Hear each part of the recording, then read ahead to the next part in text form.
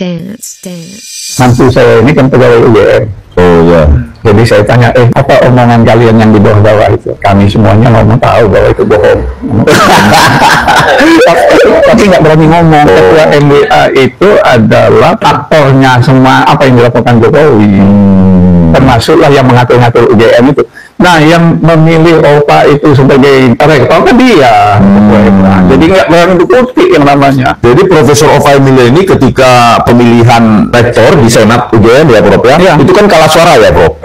Kalah suara, dan juga pada waktu dia pilih jadi dekan yang kedua kali kan nggak kepilih dan sebagai dekan. Oh, jadi yang memilih Profesor Ova Emilia ini adalah ketua UMA. Ya itu, jadi di UGM itu dua orang itu, ketua MWA-nya dan rektornya harus diganti. Majelis Wali Amanat. Ya itu yang bohong, dua-duanya. Oh.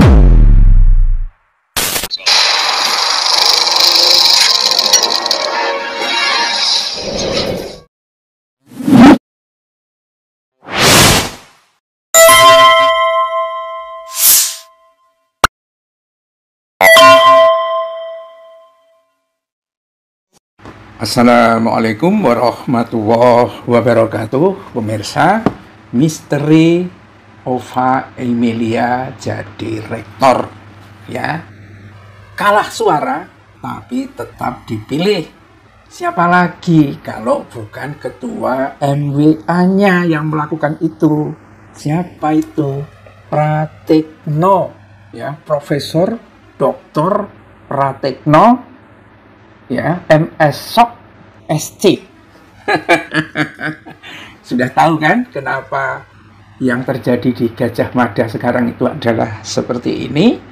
Karena Ova Emilia ini bahkan sebetulnya dekan Fakultas Kedokteran, nyalon yang kedua gagal, kemudian nyalon rektor kalah suara, tapi akhirnya dipilih oleh ketua MWA, Majelis Wali Amanat Universitas Gajah Mada, Pratikno. Dan video itu pemirsa yang kita kutip di depan itu adalah suara Profesor Sofyan Effendi ya, dan hostnya tampaknya adalah Rismon Sianipar ya. Saya tidak tahu ya, tapi video ini kayaknya baru muncul di TikTok, tetapi ada videonya lagi di X kalau tidak salah. Itu ada gambar Sofyan Effendi sama Rismon Sianipar. Beliau mengatakan punya mantu di Universitas Gajah Mada, bekerja di sana, dan mengatakan sebetulnya semuanya ngerti kalau Jokowi itu rektor Universitas Ova Emilia itu bohong, itu semuanya udah ngerti gitu loh.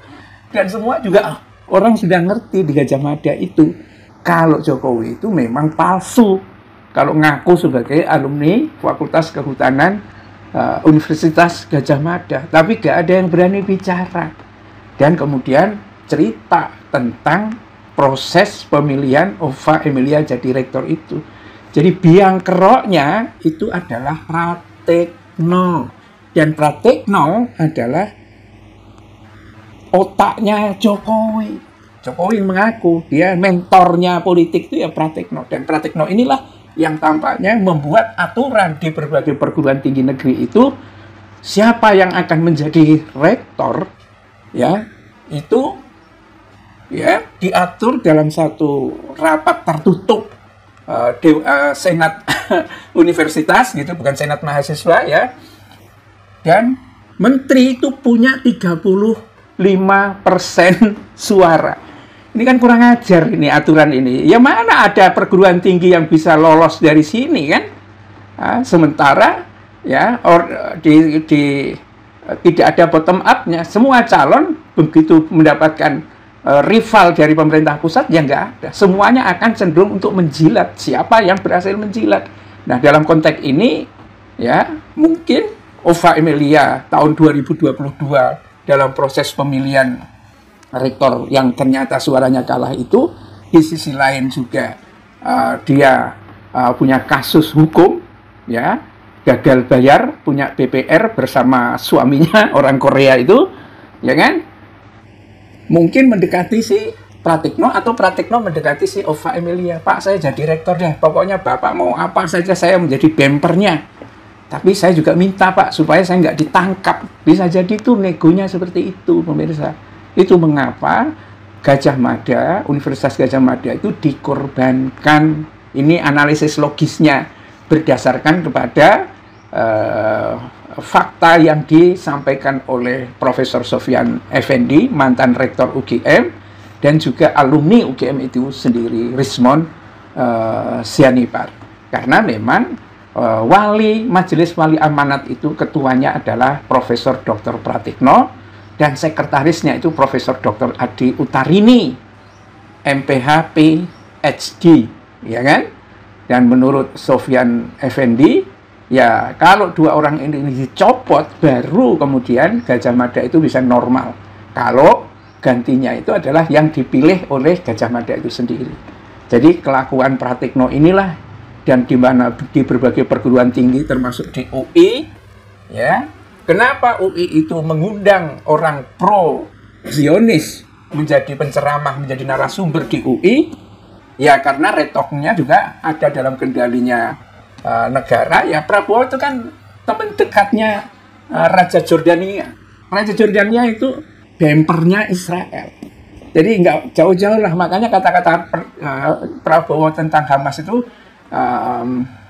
belepotan semua, karena itu mungkin yang diketahui dari Prabowo itu ya dari situ itu. Jadi jangan mengharap Prabowo itu menjadi pejuang Palestina. Kalau ngirim beras ya bisa lah, tapi jangan berharap visi politiknya akan berubah, ya kan? Di situ pemirsa, ya. Nah di sini akhirnya ketahuan kan, ketika kalau saja misalnya Ova Emilia ini memberikan satu statement saja bahwa Jokowi adalah pembohong kalau menyebut dirinya itu adalah lulusan mahasiswa atau lulusan Universitas Gajah Mada Fakultas Kehutanan, habis itu Jokowi. Dan Ova Emilia akan menjadi pahlawan nasional karena keberaniannya untuk menyatakan kebenaran dan kejujuran akademik itu. Itu sebetulnya yang sangat ditunggu oleh Republik ini. Tetapi resikonya dengan dia tersandra kasus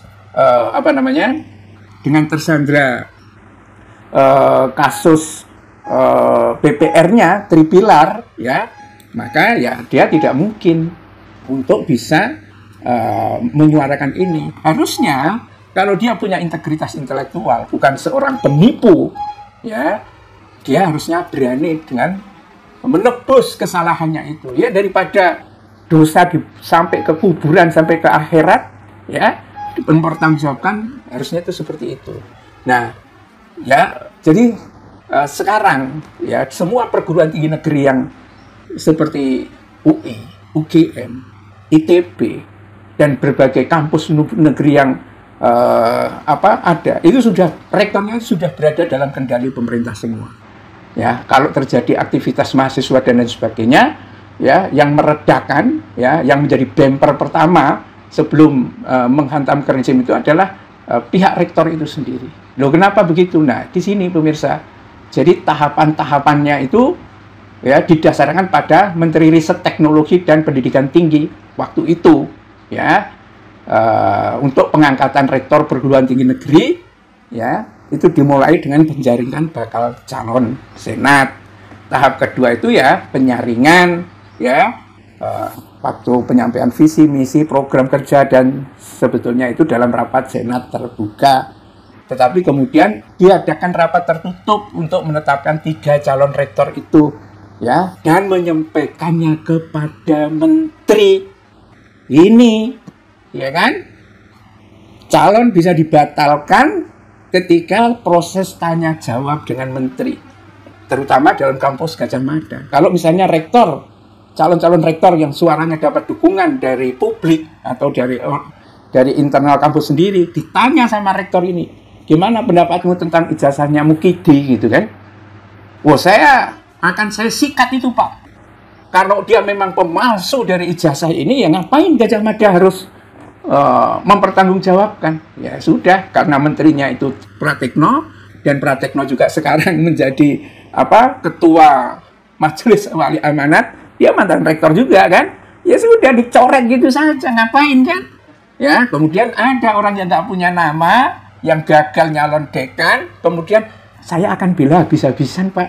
asal Bapak bisa menjadikan saya rektor. Tapi tolong juga Pak ya, kasus saya jangan dinaikkan ke pidana dan lain sebagainya. Manggut-manggut lah itu Pratikno. Ya, lapor kepada Jokowi, aman Pak, aman. Ya, disitulah kemudian ya transaksi-transaksi gelap itu terjadi karena menyampaikannya di depan menteri, dan menteri juga punya suara 35%. Ya, sementara Senat Universitas memiliki hak suara sebesar 65%. Ya, kalau dari suara Senat saja menteri yang gagal ini hanya mendapatkan 20% suara saja, sudah menang. Billahi taufiq wal hidayah. Assalamualaikum warahmatullahi wabarakatuh.